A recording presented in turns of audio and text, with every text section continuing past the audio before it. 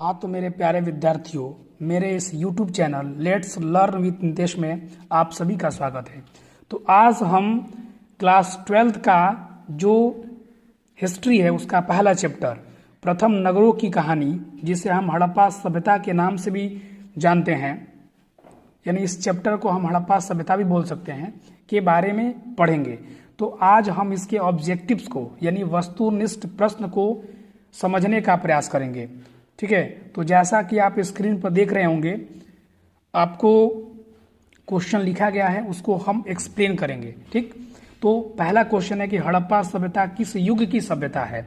तो इसका आंसर होगा कांस्य युग। ठीक है, अब देखिए इस क्वेश्चन को थोड़ा सा हम एक्सप्लेन करते हैं। जैसा कि आप सभी जानते हैं कि भारत की सबसे पुरानी सभ्यता हड़प्पा सभ्यता या सिंधु घाटी सभ्यता है।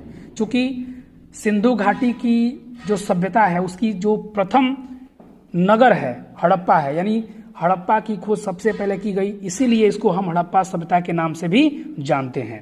तो पहला क्वेश्चन, हड़प्पा सभ्यता किस युग की सभ्यता है? आंसर क्या होगा? कांस्य युग, या इसका आंसर ये भी हो सकता है आद ऐतिहासिक युग। क्योंकि आद ऐतिहासिक का मतलब क्या होता है? जिसके अभिलेखों या साहित्यों को हम ना पढ़ पाए उसे हम बोलते हैं आद ऐतिहासिक। तो पहला क्वेश्चन का आंसर कांस्य युग भी हो सकता है या आद ऐतिहासिक भी हो सकता है। दूसरा क्वेश्चन है, जैसा कि आप देख रहे होंगे कि भारत की सबसे प्राचीनतम सभ्यता किसे मानते हैं? तो भारत की सबसे पुराना सभ्यता जो है सिंधु घाटी की सभ्यता है। तीसरा क्वेश्चन है कि हड़प्पा सभ्यता से संबंधित किस स्थान का खोज सबसे पहले हुआ? तो हम पहले ही क्वेश्चन बताए थे, सबसे पहले हड़प्पा का खोज किया गया और वर्तमान समय में हड़प्पा पाकिस्तान में पड़ता है। चौथा क्वेश्चन है कि भारतीय पुरातत्व सर्वेक्षण archaeological survey of India ASI विभाग की स्थापना कब किया गया? इसका आंसर होगा 1861 में। अगला क्वेश्चन है, भारतीय पुरातत्व सर्वेक्षण विभाग के प्रथम निदेशक यानी प्रथम डायरेक्टर कौन थे? तो इसका आंसर होगा अलेक्जेंडर कनिंघम 1875 में। अगला क्वेश्चन है कि भारतीय पुरातत्व का पिता, फादर ऑफ इंडियन आर्कियोलॉजी किसे बोलते हैं? अलेक्जेंडर कनिंघम को। हड़प्पा सभ्यता का खोज या उत्खनन किसने किया? तो हड़प्पा सभ्यता का सर्वप्रथम खोज दयाराम साहनी के द्वारा 1921 में किया गया। दयाराम साहनी ने हड़प्पा सभ्यता की खोज किस वर्ष की? 1921 में। अब देखिए, सिंधु घाटी सभ्यता का प्रत्येक स्थान किसी न किसी नदी के किनारे स्थित था। तो हड़प्पा किस नदी के किनारे स्थित था? रावी नदी। ठीक है, मोहनजोदड़ो सिंधु नदी।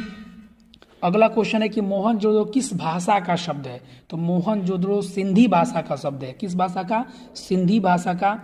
और सिंधी भाषा में मोहनजोदड़ो का अर्थ होता है मृतकों का टीला। तो 11 नंबर क्वेश्चन देख रहे होंगे कि मोहनजोदड़ो का शाब्दिक अर्थ क्या होता है, यह लिखा है, तो इसका आंसर होगा मृतकों का टीला।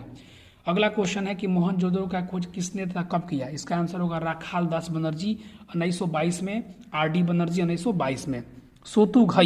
सोतुघई नामक हड़प्पा कालीन स्थान किस राज्य में पड़ता है?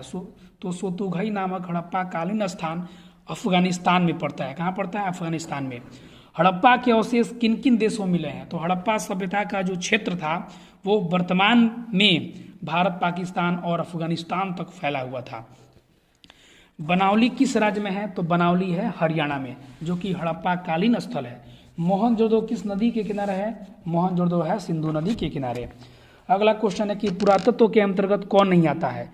तो जैसा कि आप स्क्रीन पर देख रहे हैं, इसका ऑप्शन दिया है साहित्य, सिक्के, अभिलेख या भग्नावशेष। तो इसका आंसर होगा साहित्य जो है पुरातत्व के अंतर्गत नहीं आते हैं। पुरातत्व का मतलब क्या होता है? वैसे ऐतिहासिक चीज जिसे हम जमीन से खोद करके प्राप्त करते हैं, जमीन को खोदते हैं और उससे जो निकलता है, जैसे सिक्के निकलते हैं, अभिलेख निकलते हैं, यानी पत्थर पर लिखा हुआ लेख निकलता है, कुछ भवन का अवशेष निकलते हैं, तो ये सारा चीज पुरातत्व के अंतर्गत आता है। लेकिन साहित्य जो है पुरातत्व के अंतर्गत नहीं आता है। हड़प्पा सभ्यता का विशाल स्नानागार, जिसे हम स्विमिंग पूल बोलते हैं, किस नगर में पाया गया है? तो मोहनजोदड़ो। देखिए, हमारी जो सबसे पुरानी सभ्यता है सिंधु घाटी सभ्यता, उस समय ये लोग स्विमिंग पूल बनाए थे, यानी विशाल स्नानागार कहाँ मिला है? मोहनजोदड़ो से। अगला क्वेश्चन है कि धौलावीरा किस राज्य में है? तो याद रखिएगा धौलावीरा गुजरात में है। कहाँ पर है? गुजरात में। अगला क्वेश्चन है कि लोथल किस नदी के किनारे स्थित है? तो लोथल है भोगवा नदी। और लोथल किस राज्य में है? तो लोथल है गुजरात में। लोथल किस राज्य में है? गुजरात में। कालीबंगा कहाँ स्थित है? राजस्थान में। हड़प्पा सभ्यता के संपूर्ण क्षेत्र का आकार कैसा था? इसका आंसर होगा त्रिभुजाकार। यानी हड़प्पा सभ्यता के अगर संपूर्ण क्षेत्र को एक आकार में पिरो जाए तो वो त्रिभुज के आकार का होगा, लगभग त्रिभुज के आकार का होगा। हड़प्पा सभ्यता कैसी थी?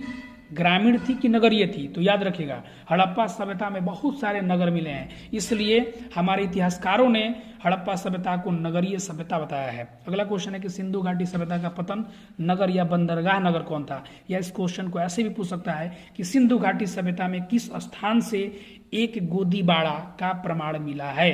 आंसर होगा लोथल। गोदीबाड़ा क्या होता है? जहाँ पर पानी जहाजें रुकती है उसे हम गोदीबाड़ा बोलते हैं।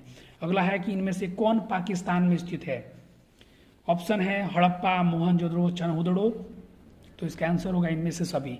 हड़प्पा, मोहनजोदड़ो और चनहुदड़ो ये तीनों स्थान वर्तमान में पाकिस्तान में स्थित है। राखीगढ़ी किस राज्य में है? तो राखीगढ़ी हरियाणा में है।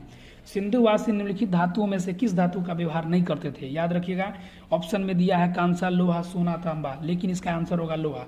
सिंधुवासी लोहा का प्रयोग नहीं करते थे। सिंधु सभ्यता में नर्तकी की मूर्ति कहाँ से मिली है? तो सिंधु घाटी सभ्यता में नर्तकी की मूर्ति जो कांसे की बनी थी वो मोहनजोदड़ो से मिली है। चनहुदड़ो उत्पादन केंद्र था किसका? मनका बनाने का। यही क्वेश्चन ऐसे भी आ सकता है कि हड़प्पा सभ्यता में मनका बनाने का सबसे अच्छा केंद्र कौन था? चनहुदड़ो, जो कि पाकिस्तान में है। सिंधु घाटी सभ्यता की सबसे विशिष्ट पुरावस्तु क्या है? आंसर होगा हड़प्पा कालीन मुहर। हड़प्पा कालीन मुहर सिंधु घाटी की सबसे विशिष्ट पुरावस्तु मानी गई है। और लास्ट अंतिम क्वेश्चन है कि हड़प्पा सभ्यता का सबसे बड़ा नगर कौन सा है? तो राखीगढ़ी या मोहनजोदड़ो। देखिए इसके अलावा और भी क्वेश्चन हो सकता है, लेकिन जो सबसे इंपॉर्टेंट क्वेश्चन था जो आपके बोर्ड्स एग्जाम में पूछे भी गए हैं और आगे भी पूछ सकता है, तो वैसे ही क्वेश्चन को हम यहाँ पे आपको एक्सप्लेन किए हैं। ठीक, तो आप इस क्वेश्चन को सुन के आप अपने बोर्ड की तैयारी करिए। चलिए, धन्यवाद।